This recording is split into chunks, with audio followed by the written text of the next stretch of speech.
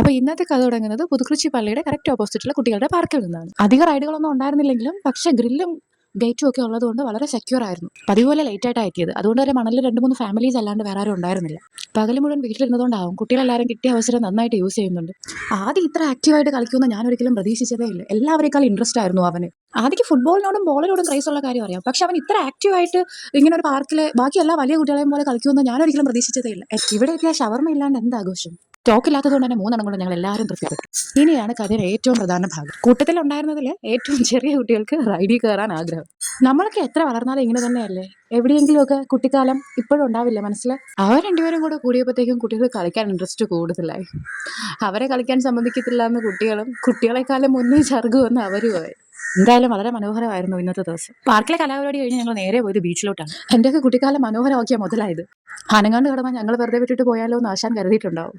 ആദ്യം first time കാണുന്നതുകൊണ്ട് തന്നെ അവൻ നല്ല എക്സൈറ്റഡ് ആയിരുന്നു. അതിനെ കുറേ നേരം ഓടിച്ചതിന് ശേഷം ഞങ്ങൾ തിരികെ വീട്ടിലോട്ട് പോയി. അപ്പോൾ ഇന്നത്തേക്ക് ഇത്രയേ ഉള്ളൂ. ടാറ്റ ബൈ.